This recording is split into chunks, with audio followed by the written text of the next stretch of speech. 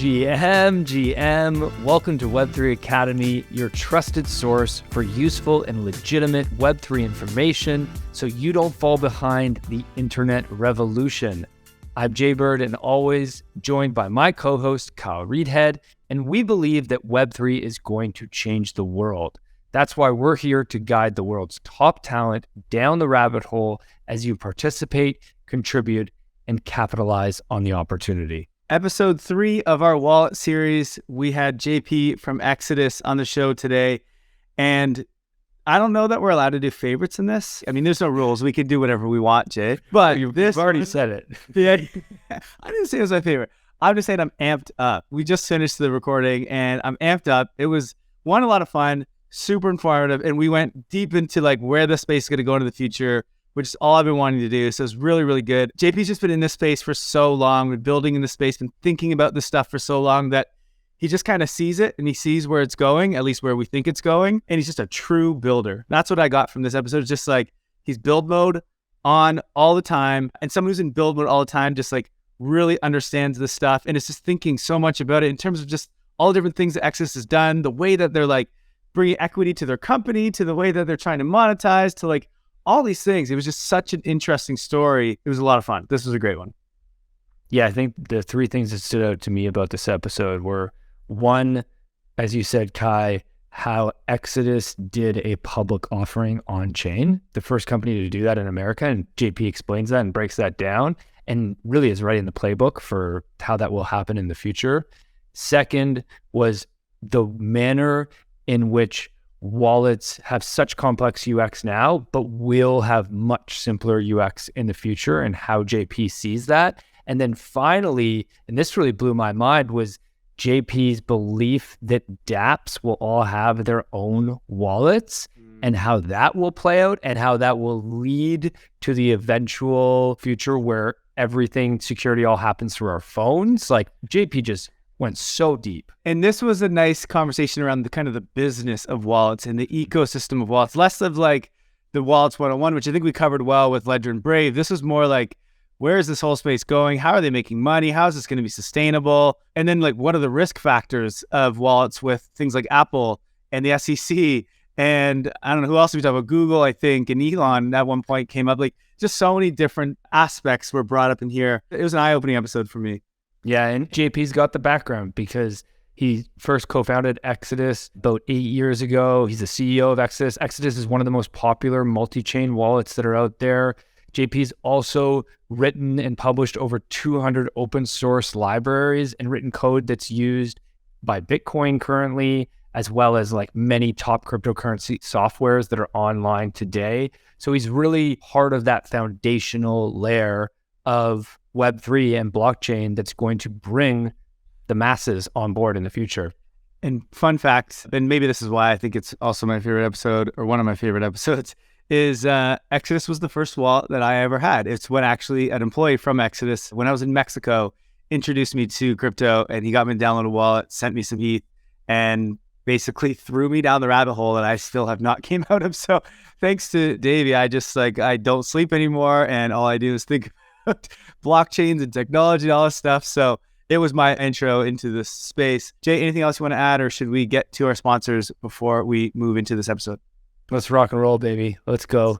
The future of social media is here, and that future lives in Web3 on top of Lens protocol. Web2 social platforms are broken and ripe for disruption. You see, the epicenter of social media is the creators, and yet they are the most neglected. Web2 platforms like Facebook, TikTok, and Instagram are all essentially robbing creators of their worth. Creators are a new type of entrepreneur, forming new types of businesses. Yet with Web2 platforms, creators don't own their content or their profiles, and that's their product and business. Instead, they are tied to the platforms they choose to create on. Well, just like how crypto is freeing us from banks, Web3 is freeing us from these centralized platforms. On Lens protocol, creators own their content, own their profile, and even their social graph and followers in the form of NFTs. This allows you to move freely from one social application to another with your content, profile, and followers moving along with you. Lens protocol enables self-sovereignty for your social graph and interoperability across the internet. At Web3 Academy, we believe this is the future of social, and that's why we've partnered with Lens to ensure that the path of social media is heading in the right direction. Visit lens.xyz to learn more today. Shared ownership is revolutionizing the way we think of digital ownership. Did you know that you can benefit from the utility of a Bored Ape Yacht Club, CryptoPunk, or Azuki without actually spending tens of thousands of dollars to buy it? How? By buying an access key to the asset. You see, with Segment, you can now buy and hold parts of an expensive NFT and share in its ownership and utility, like airdrops or exclusive access. As an owner of a high-profile NFT, you can distribute ownership with access keys and create liquidity for yourself. It's a win-win situation. Plus, the ownership and transfer of these keys are managed on-chain, which ensures transparency and security. Now, we want the Web3 Academy community to be on the forefront of this new wave of NFT utility, which is why we've partnered with Segment, a non-custodial NFT platform set to launch in Q3 of this year. Segment aims to allow users to easily create access keys and share ownership of NFTs with other friends and community members. The team is going through their beta release soon and has opened up their waitlist for Web3 Academy listeners. If you want to stay on the forefront of Web3, sign up for Segment's waitlist today with the link in the show notes below. Shared ownership is a game changer, and we want you to be there first. JP, welcome to the show. So happy to finally get you on the show. We've been talking about it for a while. How you doing today? Absolutely, guys. I'm doing great, and thank you for having me here. I'm just super excited about what's happening in the industry, coming off of ETH Denver. And then unfortunately, with kind of the chaos that's been ensuing this week with both Silvergate and Silicon Valley Bank, despite that chaos, I am super excited and bullish for the industry that all of us are in and what we can build and do something great for the world. So thank you again for having me here today. But before we jump into Exodus, just because you brought up ETH Denver, give us in a few sentences, what was the vibe? What's the feeling coming off of that? The vibe was amazing. I can't believe how much energy was there. I mean, it felt to me like if you were at ETH Denver, you would look around and you'd be like, what bear market? What bear market's happening? But not only that, what's really cool about a lot of crypto conferences is that, everybody knows that in crypto, we're a bunch of degens, right? And so in crypto conferences, you see a person walking around in a unicorn costume or whatever, and it's completely normal, right? Imagine if you're at Warren Buffett's first Apple conference in Omaha, and imagine you see a unicorn walking around, you'd be like, this person in a unicorn costume. At a crypto conference, especially an Ethereum conference, that is just such a common sight. And so again, the energy was strong. I think everybody felt really good about being there. I heard the attendance numbers. I'm probably going to butcher them slightly, but it was something like last year they had, I think 20,000 in attendance. And this year it was 35,000 or so, give or take. I mean, it was just phenomenal numbers. And again, the energy was really strong. I'm not sure how to transition from walking around a conference in a unicorn into the origin story of Exodus, but here's my attempt. Let's go back to the beginning of Exodus. Give us the origin story of Exodus and really why you decided to found this business and start it, and maybe even that leads into your beliefs in crypto, which I know you have such passionate beliefs about changing the world and making a better system for humanity. So yeah, give us that story. Absolutely. So it actually does start around, let's say, 2014 or so with Exodus. And literally, I was sitting on my couch.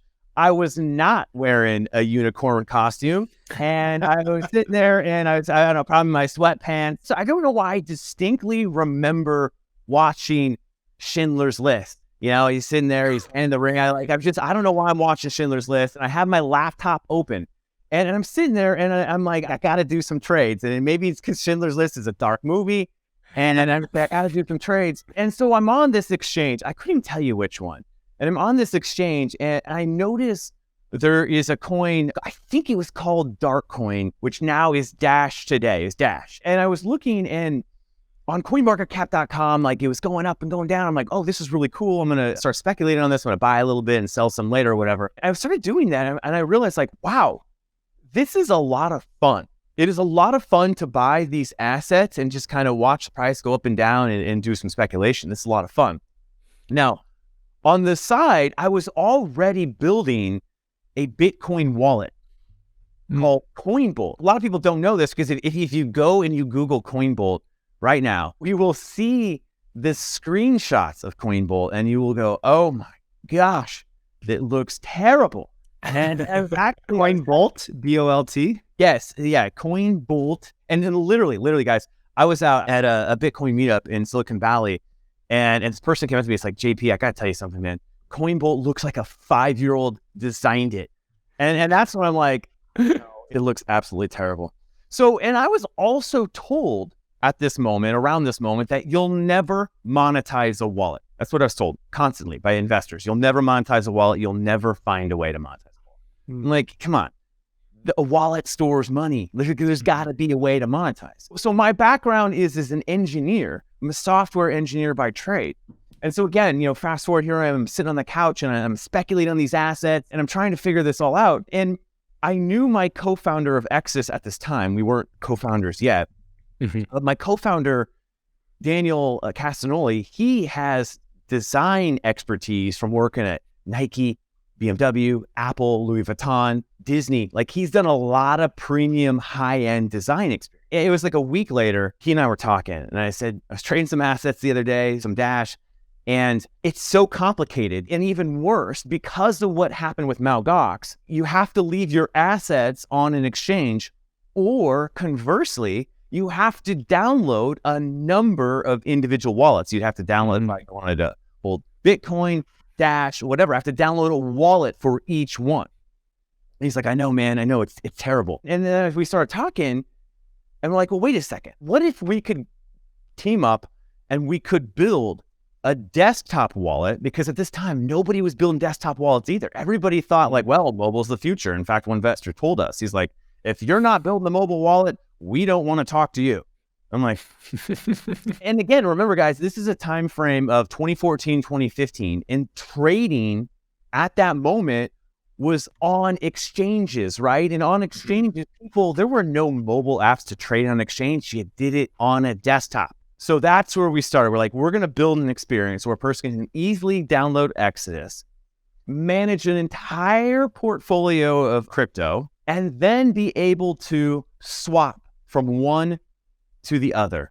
And that's how this all started. And the swap part is actually how we make our money. But that's where it really, really began. I just want to set some context for those who don't know Exodus here quickly. Give us just some basic stats. How many wallets you guys have? Give us some of the foundations so people understand the size and the scope of Exodus. Yeah, absolutely. So Exodus, first of all, we have 3.3 million customers that trust Exodus to keep their assets safe. And as a company, we've got roughly 200 and some people remotely all over the world, all getting paid their salaries in Bitcoin. We started this company in 2015, right from the heart of Nebraska. Here is where we started. And again, we started as a remote-only company back in 2015. In terms of overall swap volume over the lifetime of Exodus, we've seen something like it's a little over $10 billion of swap volume in the course of Exodus. So you guys have a desktop wallet. Talk about what else you guys done. Because since I've been introduced to Exodus, which was back in, I can't remember now, it was 2019 or 2020. I remember it was just the desktop at the time. I think, no, maybe there was a mobile wallet at that point too. And then now you've got into having an extension and more. So kind of walk us through just the different products in the life cycle. Absolutely. So we started with the desktop product, but we knew people would write us and they'd be like, why don't you have a mobile app? Like, and then people would be like, hey, I've got a great idea to share with you. You should build a mobile app. We're actually working on a mobile app and we'll get it released eventually. So it was in the 2019 timeframe when we released our mobile app. And the mobile app is really the entry point for the mainstream, right? The mainstream customer is not going to exodus.com and downloading the desktop app. Although they can, it's just not typically what you see. So the mobile app is where it starts with the mainstream and that entry point to crypto, that entry point to Web3. Now, there's an important point to note with the desktop app and some of the experiences that we built for Web3 that didn't take off and didn't get traction, and what made us ultimately choose to be like, we've got to build the Web3 browser extension. In Exodus Desktop, we thought there's a lot of really cool DeFi and Web3 cases that are emerging right now. And Compound.finance, Compound had just hit the scenes, and it was like, wow, this is the first time where a person can deposit money into a smart contract and actually earn a yield. Like, that's really exciting for the mainstream. Let's build what we like to think of as a native experience. So what does that mean by a native experience? What that means is that inside of Exodus Desktop, we built a way for people to go to Compound as a branded app, and you would see Compound as a little app inside of Exodus Desktop. And then you could deposit your DAI dollar stablecoin directly in there and earn yield. And so we were just so jazzed up about this, but by the time we released it, the timing on this was terrible, because you all remember DeFi summer, right? And when Ethereum, the gas fees on Ethereum just went bananas, right? It's like, to do any kind of transaction in Ethereum, it costs like roughly, I think around maybe $100 or so. Mm-hmm.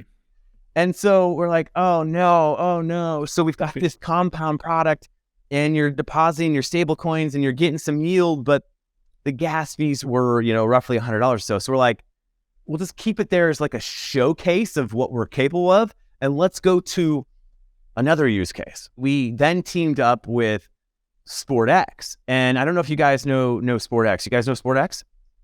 No. Okay, SportX is actually really cool. It is a really cool mainstream use case. SportX allows you to wager on sports using Ethereum, and now it's on the Polygon network. And they have all the games on there, and you can go wager. And of course, there's some legal restrictions depending upon your jurisdiction where you're located.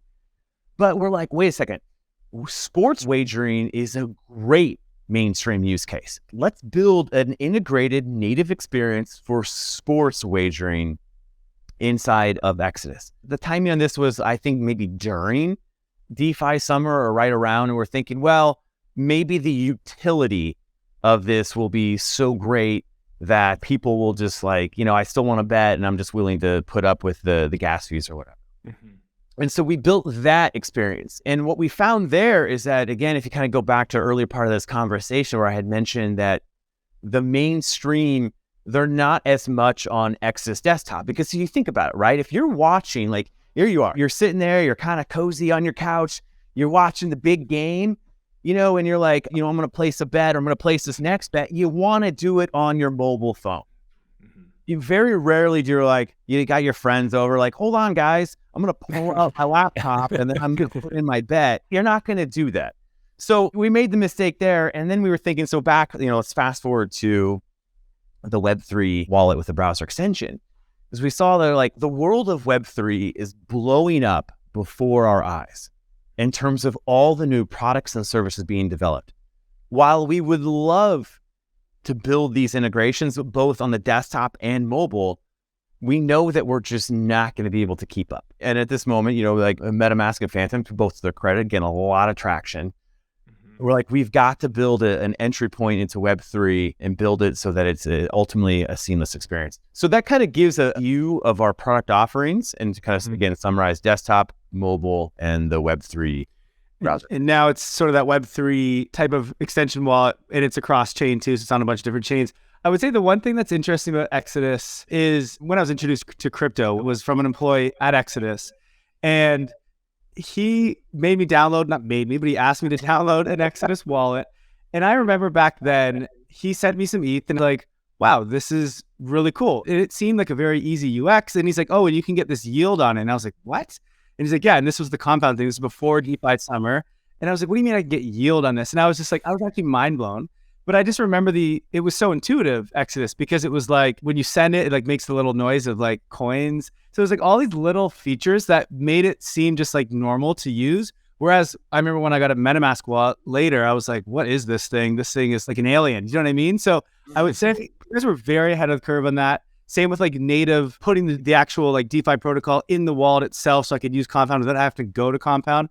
So I think you guys have been very innovative on a lot of things, which has been very interesting to watch over the years. One of the things that I think you guys have done that is just, I don't know if anyone has done this, to be completely honest, is the way that you guys have distributed, I guess maybe it's equity in the company. I don't even know. I'm going to ask you to explain this, but your public offering for Exodus, basically the equity of the company itself. We know like Coinbase, for example, which did an IPO, but you guys did one that's like sort of tokenized, but sort of not tokenized.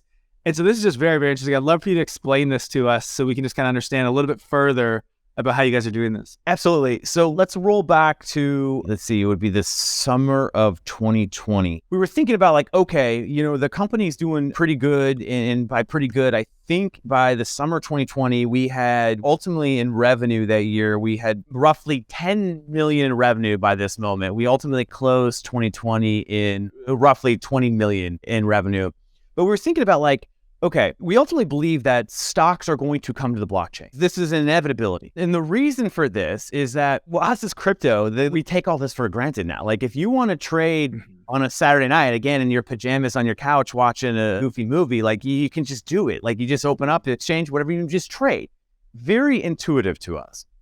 In addition to that, if you got to send your buddy some Bitcoin or Ethereum, for crypto people, it's intuitive. Like you get the address and you just press send. Now, if you want to trade stocks on a Saturday night, you can't. You can't. The markets are closed. And yes, you can get access to some of the futures markets and stuff like that, but you can't do the regular spot trading, go buy Tesla on a Saturday night. You're at the bar with your buddies and they're talking about Tesla versus Rivian. And you're like, I'm really going to bet on Rivian. And you're like, you know what? I'm going to place a bet on Rivian too. Bam, buy. You can't do it on a Saturday night. You got to be like, well, I'll wait until Monday morning at 8:30, and then Maybe it's a good thing. I don't know. Yeah. It's Saturday night, fumbling into Teslas. Yeah. You're right. You're 3 shots deep, and you're like, good that you can't press buy. But even, okay, so your buddy's like, why don't I send you some Rivian shares? Like, you can't even do that. Your buddy can't even do that. So we thought about this, like, what is the experience of what stocks should be, and what should equity be? And what is the relationship that companies should have with their equity shareholders, and how can we make all that simple? And furthermore, given that we're a wallet and we believe that we have billions of dollars of assets under management, and that's kind of like a napkin math calculation from the swap volume and the number of customers, we're like, we should be able to build an experience where we could do a public offering directly inside of Exodus Wallet, where there's no traditional finance involved at all. It's just you come to Exodus Wallet, you want to buy Exodus stock, no problem. You can do it with either Bitcoin, Ethereum, or USDC. Of course, to legally do this in the United States, there are a lot of regulatory hurdles to overcome. So we found a law firm that actually had experience with at least taking some token offerings to the SEC, but they hadn't yet said, well, let's take an equity offering to the SEC. And the equity really is a digitized form on the blockchain.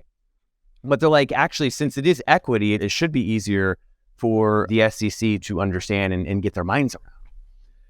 And I'm like, well, cool, let's start the process. And like I said, it was around summer of 2020. We ultimately submitted our paperwork to the SEC around September of 2020. And the process is it's very similar to doing an IPO in the sense of the amount of grueling effort is required. Like you got to have the financial audits. You've got to have a big 200-page document. The lawyers are the ones that they dig deep into detail. You got to have all that stuff. You submit the document and then you kind of have some periods where you're just kind of waiting. But simultaneously for us, we're like, okay, we've submitted, off to the races. Let's get building. We got to build this, and we have to team up with some partners that have the regulatory licenses that we need to enable this technology. So the law firm that we used was Wilson Sonsini, so they helped us out on the legal front. And then the partner that we used for the regulatory framework and the crypto piece is Securitize, right? And Securitize has technology to actually tokenize securities. And so we brought these things, we packaged them all up into Exodus. And then once the SEC gave what it's called a qualification. And again, anybody can go look this up on the SEC Edgar website. You just type in Exodus. You can literally see all of our documents. In fact, we have to now legally file regularly twice a year of our financials, audited statements twice a year. And so we did this, and the SEC gave the qualification. This was early April of 2021. And so we sold, at this moment in time, we sold $75 million worth of stock directly inside of Exodus Wallet. And now today, the stock is tokenized on the Algorand blockchain and is trading in two places. It's trading both on T0 and Securitize. But the cool thing is that now we have this world where our stock is available. It's not just to accredited investors. Retail can actually buy X's stock. And the cool thing about this is that we can do what's called an uplisting. So that means that we can have the stock on the blockchain simultaneously be listed on a national exchange like the NASDAQ or New York Stock Exchange. And so then you can imagine a world where it's like this stock is on the New York Stock Exchange or NASDAQ, and then it's also in your Exodus wallet or your Web3 wallet or any Algorand wallet. You can have the stock just sitting there. And then this unlocks a world where, like I said, stock on the blockchain makes it as easy as cryptocurrency. You can send it back and forth. You can trade it on these platforms. A lot of really cool things. For companies, if a company wanted to, a company could be like, you know what, these quarterly dividends that most companies pay out, we're not going to do quarterly dividends. We're going to do dividends every hour. That's what this technology unlocks. You can also say, you know what, like, because like voting right now with governance and stocks, you get an email from like Fidelity or Robinhood, like, hey, voting's coming up for the blah, their quarter, blah, blah, blah, and it's just like, it's slow town, right? Traditional financial, it's just slow. In the world of crypto and stocks on crypto, you get people vote anytime, any day, whatever, right? It's just literally signing, it's like I have the stock in my wallet, and all of us are familiar with the Web3 wallets and how they work, the browser extensions, right? It's just, you see a voting, and if you participated in governance, you already understand how this works. You can vote, and all of a sudden, it pops up, yes, no, yes. And companies can leverage this technology to do more frequent voting, to have more closer relationships. You could even create a VIP program for your stockholders, right? And then you can bring in the world of NFTs. Like, there's so much that you can do. And this is just the tip of the iceberg. So hopefully that gives a flavor of kind of the journey that we've taken. And this is just the beginning. It does. And that's so cool and so innovative. And there's so many different ways that we can go with that. I think the one thing that stands out from that to me, though, is we talk about how crypto or Web3 is like bad UX. And I say that in quotations for those listening. But think about what you just explained. To make your company go public, for others to invest in it, you got to hire all these lawyers, all these costs. It takes all this paperwork, whatever. Whereas in crypto, I can literally click one button and have a token. That's how easy it is. Do you know what I mean? So it's like, in some use cases, maybe the UX is not so great. In others, it's actually like orders of magnitude better. And in terms of like financial services and things like that, it's such a big difference. Have any other companies been doing what you guys have done? Like, is this sort of like, are you guys writing the playbook here? Or? We are writing the playbook as we speak. So there is no other company in the United States that has their common stock available to retail. There's no other company in the United States. How'd you guys get Gary Gensler on your side? What's going on? No one else can. My boy Gary, he doesn't like custodial exchanges, right? You heard him the other day. He said, not your keys, not your coins, right? So that's why he's such a fan. Interesting. Okay, I want to stay on the Give me a call.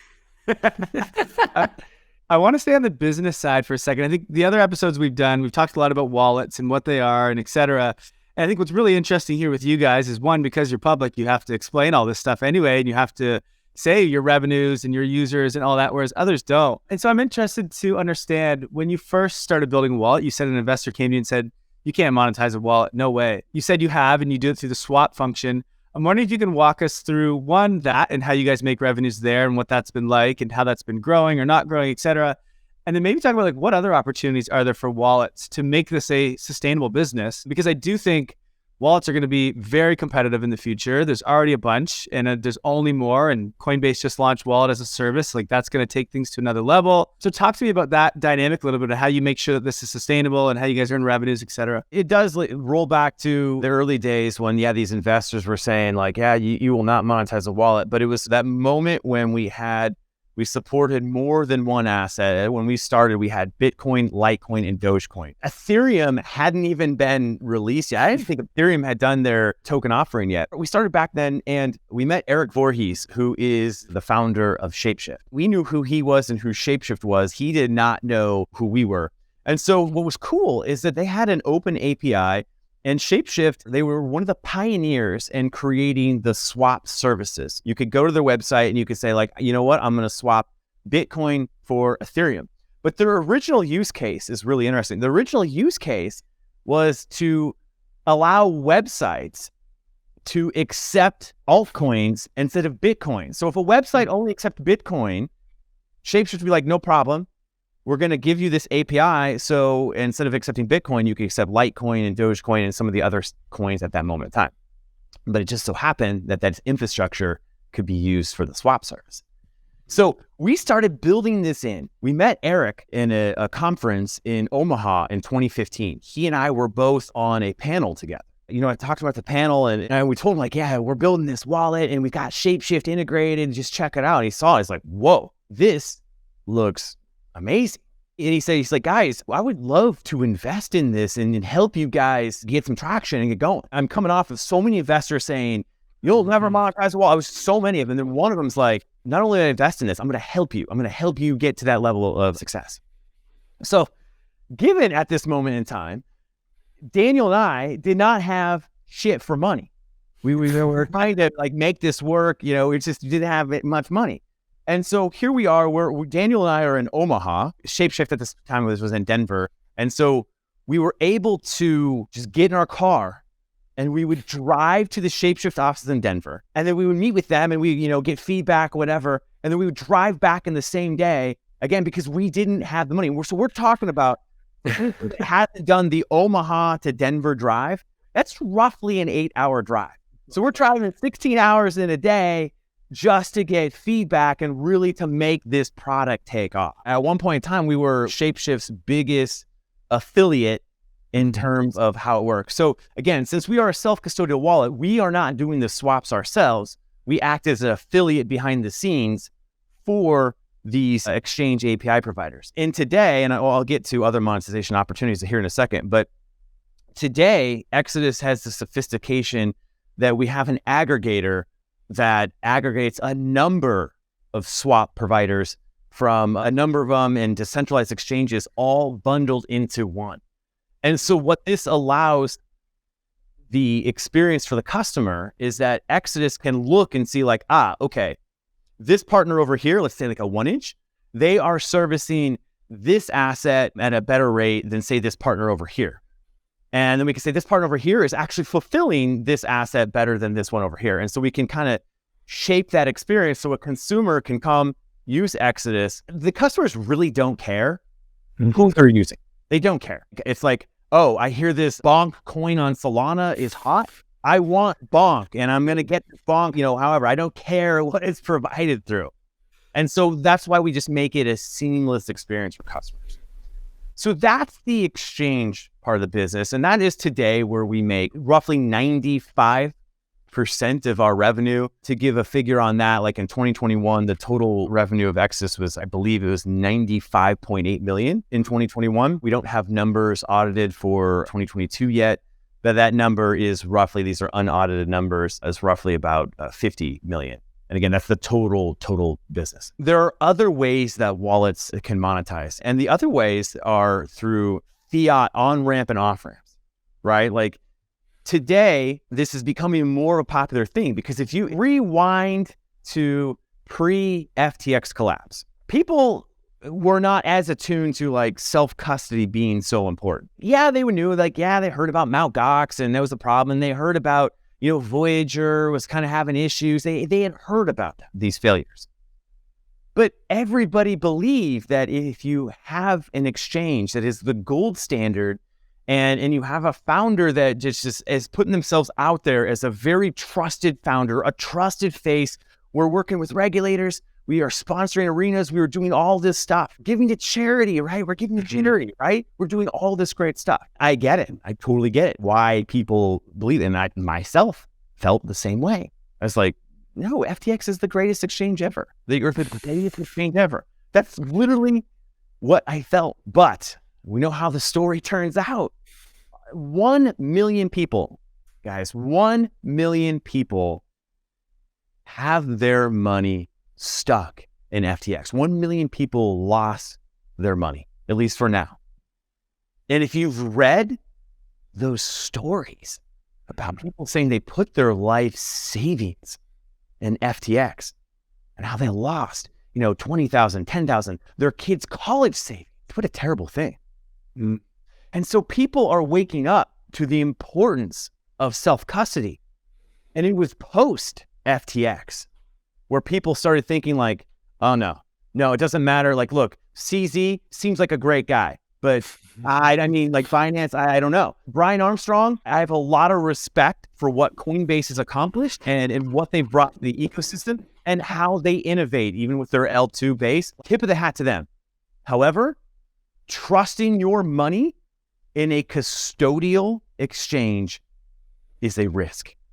It's a risk that people should not take. Mm. And so self-custody has become such a more popular thing. And so we were talking about monetization, coming back to monetization now. You want to build an experience where a person can just download Exodus or any self-custodial wallet, Trust, MetaMask, whatever, right? There's a lot of good options out there. And you want to have an experience where a person doesn't have to leave to get access to the world of cryptocurrency.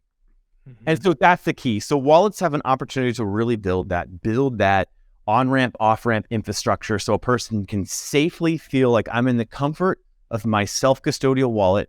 I am in control and I know that nobody can take my money no matter what happens in the crazy world of banks collapsing and exchanges and those sorts of things.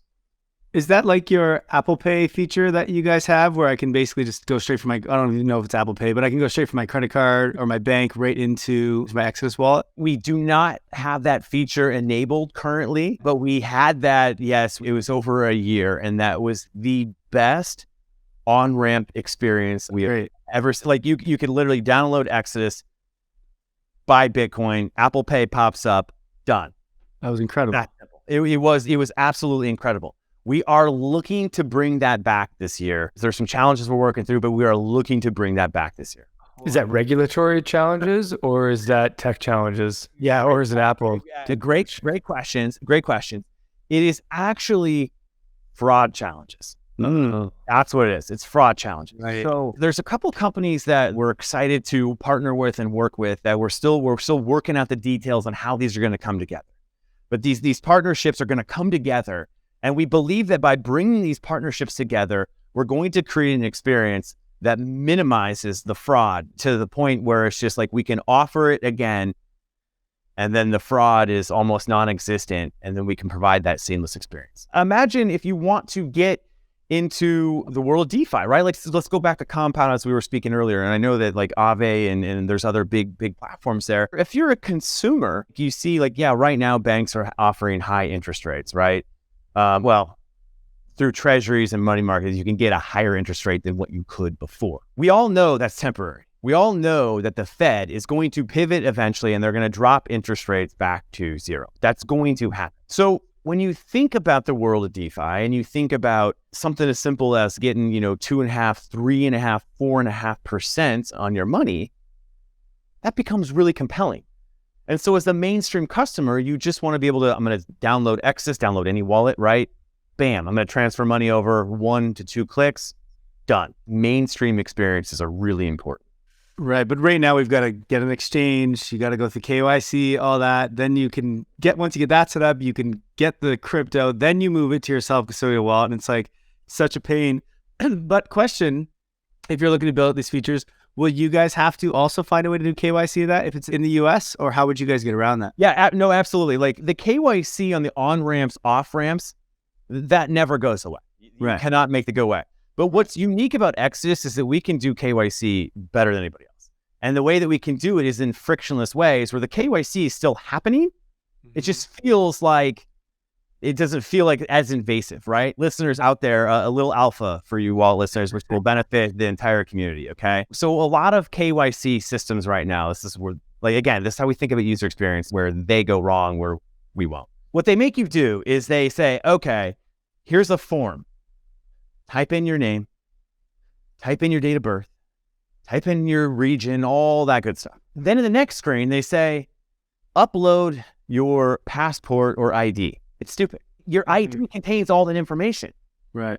You don't need to have a customer type all that stuff in. All you need to do is say ID, bam, done. That's it. So things like that. Again, there's many of those things of how we think about user experience and reducing the friction so that mainstream people are just like, I want that crypto, I want that penguin or whatever I'm going to get, or that we can reduce the friction. And so that's how we think about it. And it's those little things that really make the difference. And actually, I remember when I was talking to Davey from your company, he was like, okay, we're launching our Web3 version of Exodus. And he was like, download it, let me know what you think. The greatest thing from it, it's such a small detail, but I was like, wow, this makes such a big difference, was when you download that for any other Web3 wallet, immediately you download your, let's say, MetaMask wallet, and it's like, here's your seed phrase, go store it somewhere. And people are like, I don't even have any crypto in here, I don't even know what that is. Whereas you guys didn't do that. And I remember messaging him, I was like, why didn't it tell me to write down my seed phrase? He's like, just wait. He's like, put some money in it. I put some money in it. Then he goes, hey, you should write down your seed phrase. And I was like, oh, genius. Such a simple little detail. And I was like, how do they not do that? Like, it makes so much sense. So I really actually appreciate the thought you guys are putting into UX, because those little things make a big difference for a new customer, I think, that are coming into the space. All right, get cozy. Another story time. We'll keep this one shorter. But okay, so that was born out of a time, again, and now I sound terrible because I keep bringing up bars, okay? This was born at a time where... Hey, you live in Nebraska. It's okay. We understand your lifestyle. Thank you. That is literally all we have out here. So here I am. I'm in a bar and I'm having a cocktail and my buddy's there. And he's like, JP, I hear that I need to get into some Bitcoin. And we didn't have our mobile wallet at this moment in time. We just had our desktop wallet. And he's like, I hear I got to get into some Bitcoin and buy some Bitcoin. How should I do that? Which wallet should I get? I'm like, well, let's download one right here. You download one, I will send you some Bitcoin through one of the other wallets I was using. Because again, we didn't have a mobile wallet then. And we went through a number of wallets and they were all asking to write down 12-word secret phrases over and over and over again. It's like, whoa. When you go to the car dealership, like, you don't want to sign a bunch of paperwork before you want to take it for a test bit. Yeah. You just want to be like, I like this Camaro or whatever. I don't know why I picked Camaro, because maybe I'm from Nebraska, right? I like this Camaro. I want to take this Camaro for a spin or whatever. You don't want to, well, you got to sit down and sign a bunch of paperwork and fill. You just like, no, just let me take it for a test drive. So with these wallets, that friction should be reduced, because when you don't have money in it, especially in a secure, like a mobile, it's much safer bet to do it that way. So that was one of the things where we call it the bar or pub test. Can you get somebody into crypto in less than 30 seconds? And if you ask them to write down a 12-word secret phrase, you fail. Absolutely. Let's continue on the UX side just for one more question. I'm curious your thoughts on, like, maybe into the future, and take it as far into the future as you'd like. What are the other things that we sort of, like, I don't know, either get rid of, like, I don't know, seed phrases, OX / whatever, 50 different numbers. Like, there's no way that my mom or someone is ever going to use these things and understand it. Talk to me about your vision of, like, where you think wallets go in terms of UX and how we start to make these things much easier for people to use. When it comes to just really, really simplifying this, there's so many opportunities. So people believe often that, like, education is enough to really get people to get out of custodial exchanges. It's not. Education is not enough. You've got to make the experience so damn good, 10 times better, for people to be like, okay, I'm going to use your self-custodial platform before I use a custodial exchange.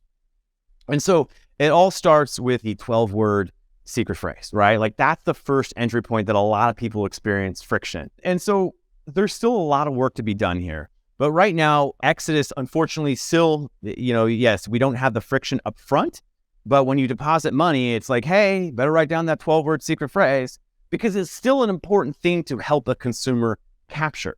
But ideally, we get to a world where you download Exodus and you just start using it, and you can always find the 12-word secret phrase if you want it. You can always find it, but you don't have to write it down. And so we're seeing some interesting trends with wallets. A lot of wallets right now are starting to recommend an iCloud backup. And on the surface, that feels like a good decision. Here's the problem, though. The problem is that with the iCloud backup, you got to put in a password, your own password that you generate. And I get it, because these wallets are thinking, well, wait a second, we can't just not have a password on, because if their iCloud is compromised, then they lose some money. So we got to put a password on it. These wallets are missing is that people choose the same passwords. If you are using your iCloud password is probably the same password you're going to use for that seed phrase. Right.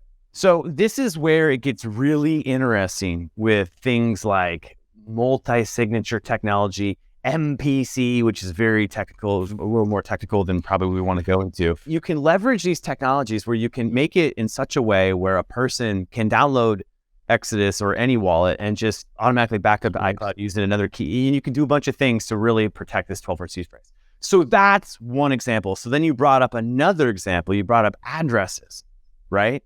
So imagine maybe you're trying to get your mom into crypto. Everybody talks about get their moms into crypto, right? She downloads a wallet and you're like, hey, mom, give me your address. And she's like, well, son, you already know my address. You know where I live. And you're like, no, mom, no, your crypto address. Give me your Bitcoin address, mom. And she's like, oh, okay. And then she's looking at it. And as you mentioned earlier, right?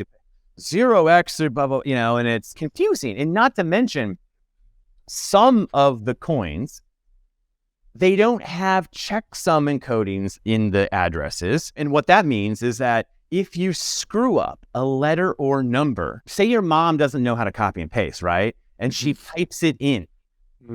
She types it in for some reason, 30 characters, whatever. She types it in and she messes up a couple letters. And you're like, okay, mom, I sent you $20 in Bitcoin. And she's like, oh, I never got it. And you're like, well, and you're like, oh no, it's the wrong address. Oh no.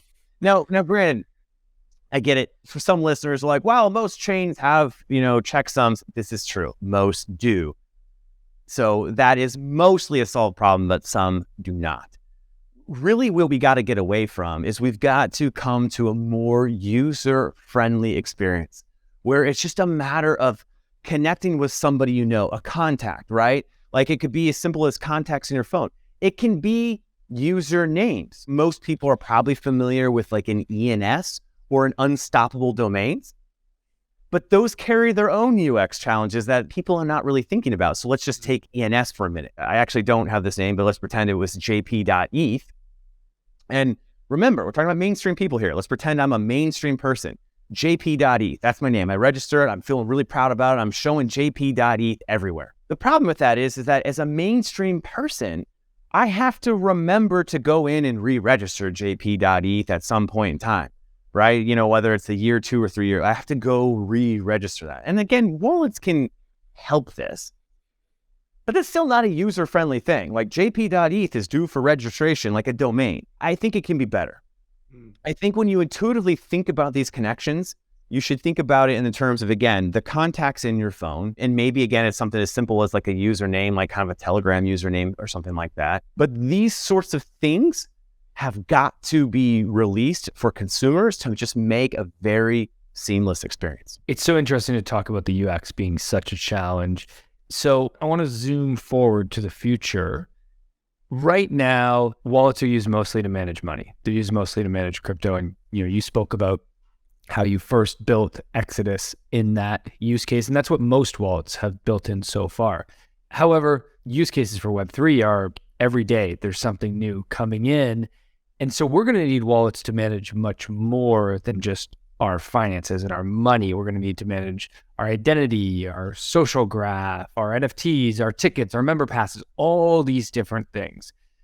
How do you see that playing out? Will there be one wallet to rule them all? Will we have many different wallets? Will we even call them wallets? I could ask this question so many different ways, so I'll let you jump in and take it the direction. Yeah, great question. So our vision is fundamentally this, that you should be able to have all your digital assets in one app, right? It should be that simple, right? I should be able to be like, oh, there's my Bitcoin, there it is. There's my Tesla stock, there it is, because we're in a future where Tesla stock is on the blockchain, right? Mm-hmm. Oh, there's my weird penguin NFT with a sombrero. There it is, right? There's my concert tickets. They're all right there. As you mentioned, the digital assets, right? All in one application. And again, this is a little more technical, but if I go and I take an LP position, right? I give money to a smart contract like an Aave or a Compound or whatever, and I get these LP tokens, a wallet needs to intuitively tell me what that means. Right? It shouldn't say like these weird token numbers. It should say like, I've got 3 ETH and 300 USDC in this liquidity pool and it's generating this much interest from. So that's what has to happen inside the interface. That's one aspect of managing your digital assets. But I do see a future where the phone itself is the guardian of these keys, because the phone has the ability to provide that hardware and that safety, unlike software can ever do, right? So I know a lot of people are really bullish on hardware wallets. It's like whether you got a Trezor or a Ledger, and they're very popular, and today they're fine products. I don't see the mainstream carrying around a Ledger or a Trezor or a hardware wallet. I don't see it.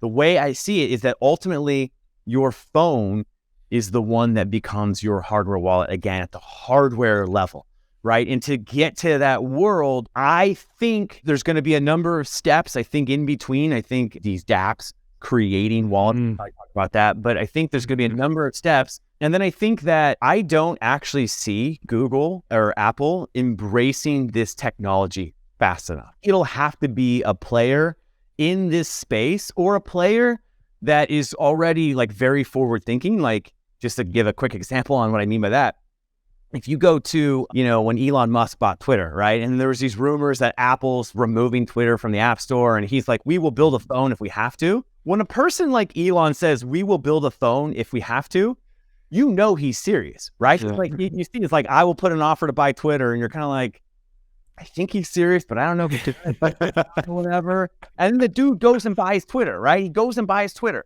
So when he's saying now, like, we will build a phone if we have to, this is a very forward-thinking person that has the resources and means to do it. It could also be an industry player that has established such a big network effect that has said, like, wait a second, Apple and Google continue to block us.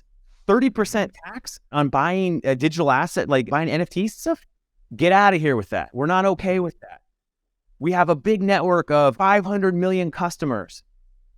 We've got to go build a phone and compete with Apple and Google, because we are native to this industry and we understand how to build an experience. So I think that somebody will do that someday. I completely agree. So when Exodus phone, you guys going to be the one to do it for us? Or you're not that crazy? Remains a secret. That one of my lips are going to be tight on that one. So let's talk about these risks for a second, actually, because we had this conversation with Brave, and it was quite interesting. Of if you're a browser extension wallet, technically the browser could actually just like delete, sorry, but you can't use it anymore. Now, not all browsers, but like Google could do this, for example, right? And then we take it a next step further where, okay, I don't want to be a browser extension. I want to be an app. And this is the Uniswap thing that happened last week of, hey, we're going to launch our own wallet. It looks amazing and looks all great and everything's cool. They try to launch it and Apple just goes, we're not going to let it happen. Wallets can be blocked by the browser. Wallets can be blocked by the App Store. What was your guys' thoughts on that? Because you guys obviously have an app wallet. So, okay, you know what? Now you've gotten approval by Gary Gensler and by Apple. What are you guys doing right that no one else can do in this space, first of all? But like, what are your thoughts on that? And kind of, is it just the only solution is we got to build a new phone, or what do you think? Great question. So yeah, our solution, we got Gary Gensler on speed dial. We got Tim Cook over at Apple. We got him on speed dial too. That's the solution. No, okay. So more seriously, kind of rolling back to where you started. You said that Brave is a browser and browser extension that they have control. They do. And unfortunately, like Google right now, when we submit an update to our Web3 browser extension wallet, we have to wait at least 10 days before that update gets released. It is insane. It's absolutely insane that Google takes so long. Apple now, with their manual review process, when you submit an app update to Apple, to their credit, they've got it down in less than 12 hours. Sometimes it's in a few hours. So Apple, the tip of the hat to you for however you figured out to do that. Google, get your shit together because you're going to get disrupted. So yes, moving into an ecosystem of apps, what this allows these DApps to do is have more control over the experience for the customers end to end. So I think that's a really powerful concept for DApps to consider. And if you're a DApp founder out there and you think you want to build a wallet, get a hold of me, jp@exodus.com. Get a hold of me, send me an email. We might be able to help you with that. So anyways, these DApps out there, they're building, I think Uniswap's going to start a trend here. I actually think that a lot of DApps are going to start doing this. And they're going to do it because, again, customer experience, having that experience end to end with the customer, and then building that relationship with customers. So I know your question was more about like approvals and submission. I'll come to that here in just a second. But actually having that relationship with customers is important. Imagine if you're OpenSea and right now bids are happening on NFTs. For mainstream people, you actually have to go to OpenSea and there's a bid, okay, right? OpenSea should control that experience and just be able to send a push notification. Hey, you got a bid on your penguin or whatever. Like they get in there and accept or reject or whatever it is. You're really bullish on pudgy penguins, eh? Do you have pudgy penguins? It is hilarious. I way overused an example at ETH Denver and was asked that same thing over and over and over again. I literally actually do not own any pudgy penguins. You know what? I should go and buy pudgy penguins because it is my go-to. I just think they're funny. So to approval, yeah. Here's the thing. You have to understand the App Store process, and Uniswap will eventually figure this out. They will get it figured out. They will know what Apple likes to see, what they don't want to see, how they want you to present things to customers. They definitely don't want you to present like what seems kind of scammy. I actually got a call from an App Store reviewer. We had this beautiful video in the App Store, and we submitted an update, and they're like, we're sorry, we're rejecting your app right now. And I'm like, oh, no, what now? What is it? And they're like, please give this person a call. And of course, it's app review store team. And like, as you can imagine, getting a hold of them is really tough. I felt like a crazy ex-girlfriend. I was pressing send over and over and over, like, oh, not answering, leave a message. I'm trying to get a hold of you. Hey, what's going on? You know, because I want to know what's going on. Finally get a hold of the person. And the person says, oh, we see that you have this video on the App Store, and the video looks more like a promotional video, and we don't like those. And I'm probably mischaracterizing it to some degree, so forgive me, Apple Legal, if you're watching too, okay? But it was something like, you have a promotional video, and we don't want that. We just want you, if you're gonna have a video, just highlight a feature or two and just leave it at that. Don't go through the whole thing about customer service and all this beautiful experience and all that. Just highlight the features. And we're like, oh, that's it? That's why you blocked the submission? That's it? Well, I'll remove the video immediately, and then we'll go back and redo it. And then and the person's like, oh, great. Okay. Then we'll accept it and we'll be fine. So you got to work with Apple long enough to get these kind of responses to know how to navigate that minefield. That's why I think so many DApps are going to come into this ecosystem and they're going to be like, shoot. And they're going to get punched in the face by Apple, and you just really got to know how to navigate it. But this is also the whole problem with this, right? Like, you talked already about the importance of self-custody in terms of finances, and we don't have to ask anyone, we don't have to trust anyone. We just can have our money and we can send it and do things with it on Saturday nights whenever we want.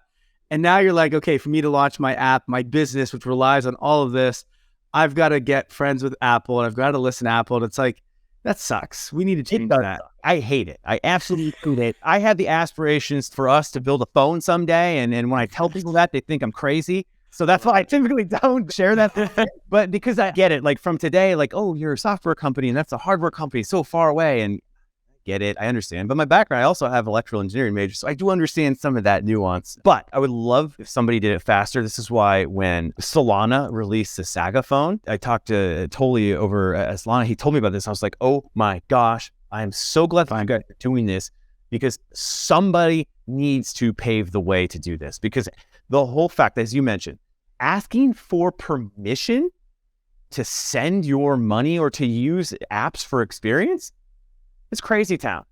You should just be able to download the apps that you want and just get started. So somebody's got to do it. So just to bring back what you said, if each DApp launches their own wallet, which is probably why you're giving out your email to DApps, because you want them to contact you, it's probably why Coinbase just launched wallet as a service. I can see that path. But does that mean that we're all going to have thousands of wallets, hundreds of wallets? Like, that seems like worse UX. Yeah, great question. No, you will have a number of different apps for sure, but you do that already today, right? Like, you might have a Telegram, you might have a Twitter, Gmail, you might have Google Docs, whatever apps you use today on your phone, you already probably have 30 to 40 apps, maybe even more. I'm sure some people out there listening are like, oh man, if he saw my phone, I've got 1,000 apps on here. Like, there's some people out there like that, right? The technology should be so good that when you download, let's say like an OpenSea app or a Uniswap app, that you're not all of a sudden creating a new 12-word secret phrase for each one. It's in the phone. Yes, it's in the phone. Yes, it's protected. And it's just for you as a consumer, all you're doing is you're saying like, yes, share this information with OpenSea. Yes, share this information with Uniswap. That's all you're doing. Because that's what we want, right? Like, we all want that it is so painful to manage so many accounts, so many logins, so many passwords, and to keep it all safe. And as you said, people just end up using the same password with every account, which doesn't make it safe. So we all want that single account to manage it all. I guess I just can't wrap my head around how I'll trust you that the tech is going to be able to. I think what you're saying is like every app you'll have a wallet in, but the seed phrase for that or the thing securing it underneath is the hardware itself. And so like you might have 20 different wallets as we call them today, but they're all the same thing and they're all secured by one seed phrase, right? And that seed phrase is in your phone. That's exactly right. You nailed it. Because think about it this way, okay? When you're going to buy, let's say you're going to go buy a coffee at Starbucks or you're going to order something from Amazon, you're not thinking like, oh, shoot, I got to share my credit card with each. Like you're just, the system is good enough, whether you're using Apple Pay or a credit card or whatever it is. And there's technology now like privacy.com or whatever, where I think you can have fake credit cards that are like proxy credit cards and like it's good enough today that you're not thinking about that worry or concern. You want to go to Amazon and order a new vacuum, bam, done. You have a clean room here in a few days. Wheels are turning, and I know we got to start wrapping up soon, but I just have one more question. Yeah, sure. Does the way that you're seeing this go, so like right now, if I want to interact with some application over here and I need to use my, I don't know, Phantom wallet for it, but it doesn't have any money in it, I got to go send it from, let's say, my Ledger or something, right? And I got to like fund it over there, maybe swap into a certain token so that I can go and do X thing. If we have all these wallets and all these different apps, but they're all under the one seed phrase, they're all interconnected in some way, and I want to go use my, I don't know, Reddit or something, but I don't have any money in there, just automatically money from somewhere else just gets into there, swaps into the right token, and like, I never had to worry about any of that, just did it seamlessly. Is that your... Bingo. Yes, you got it. You got it. And both in terms of exposing that information to these apps, like you as the consumer should have that choice. Like, yep, I want to share this access information, bam, approve. And then I can actually deny it later. Like, I don't know that I want to use this thing anymore. I'm going to go to another managed place in the phone or whatever, reject, and then it can no longer access or do anything. So yeah, absolutely. That's how it should work. And then on top of that, as you said, that if I'm going to interact with these experiences, right? Again, if I'm buying a Bored Ape this time, I'm not buying a Pudgy Penguin, I'm buying a Bored Ape, right? I'm not thinking about, oh, do I have enough ETH for the gas fees? The wallet in technology, the infrastructure should abstract all of that and make it so you just don't even have to think about it. It's like the value you want from that DAP as we know it today, app as we'll know it tomorrow, should just be a one-click experience, and the infrastructure should provide all of that for you. I think we got to start to wrap up, although I also have many questions still. It's been fun, guys. We'll have to get you back on for another one because we could go so deep. This could be a 2-hour episode, but we got to stick to our time. Everyone's got stuff to do. I want to give you a chance to shill. Where do you want to send people, whether it be to find Exodus, wallet, developers, whoever in your ecosystem or stakeholders that you want to contact you? The floor is yours. Yeah, I appreciate that. So as I mentioned, yeah, if you are a DAP developer and you are interested or thinking about building a wallet, you can send me an email personally at jp@exodus.com. Additional to that, if you guys want to check out, you go to our website, exodus.com itself. And then on Twitter is twitter.com/Exodus_IO. And when we actually have the Twitter Exodus handle, but there was a whole weird thing where unfortunately a hacker grabbed it and then we got it back, and then now Elon Musk won't unlock it. And so I'm trying to make that happen. So yes, Exodus_IO is where you find us on Twitter, and you'll get all the updates there. Web2 companies, eh? I know. Fast as Elon moves too. It's like, come on, Elon. Yeah. Okay. We usually do a speed round, but we're over time. So I'm just going to ask one speed round question, which is our favorite question to ask. If you had a billboard that 1 billion people were going to see, what would you write on it? Oh, geez. Okay. To believe that you have to be motivated to take action, I think is the biggest lie ever told. So to believe that you have to be motivated to take action is the biggest lie ever told. Choose discipline. Try to shorten that up a little bit. I think a lot of people believe that like, oh, I'm not motivated today. Gotta get amped up. Yeah, oh, I gotta get amped up to do this and my job sucks and whatever. And it's like, if you wake up today and you're like, you know what? I'm just gonna commit to one thing. Whether it's you're gonna get in the gym in the morning or even walk around the block, it'd be the smallest thing, or do 5 push-ups, whatever it is.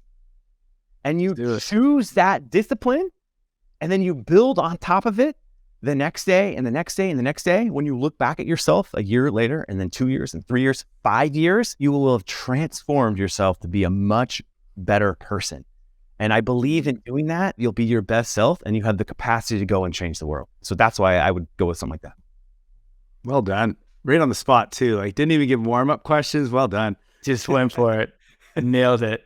JP, this has been a blast. Thanks so much for joining us. This has been a ton of fun, guys. To all of our listeners, thanks so much for listening in. We got one more episode coming up in the Wallet series next week with Argent. If you haven't already listened to the past two in the Wallet series, go back and check out Ledger and Brave. And JP, definitely going to be hitting you up for another show, probably 6 months or so. Whenever you build the phone, you got 6 months to do that, right? Guys, we're going to have this done next month. So have a great day, JP. Thanks so much. all right, thanks, guys. Thank you for listening to Web3 Academy. We hope this helps you along your Web3 journey. And if it does, please share this episode and subscribe so you don't miss the next one. Nothing in this podcast was financial advice. Crypto and Web3 can be risky. You can literally lose it all. In fact, if you invest on account of what we say, you probably will lose it all. So don't do that. In all honesty, the point of this podcast is to remove the noise of markets and price and focus on utility and implementation anyway. So you should not take any of this as financial advice. Thank you, friends, and see you in the next one.